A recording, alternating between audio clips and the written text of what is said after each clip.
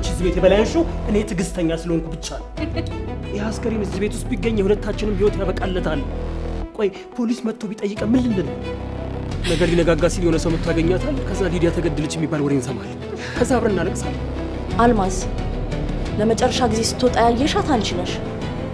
መታሰር ትፈልጊያለሽ? ምን ሆና ነው ልጄ? ሊዲያ ምን ሆነችብኝ? እባካችሁ ንገሩኝ።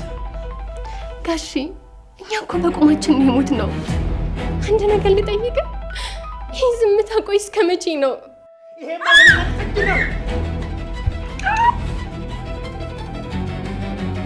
የእናት ልብ ከፖሊስም ከምንም በላይ ያውቅ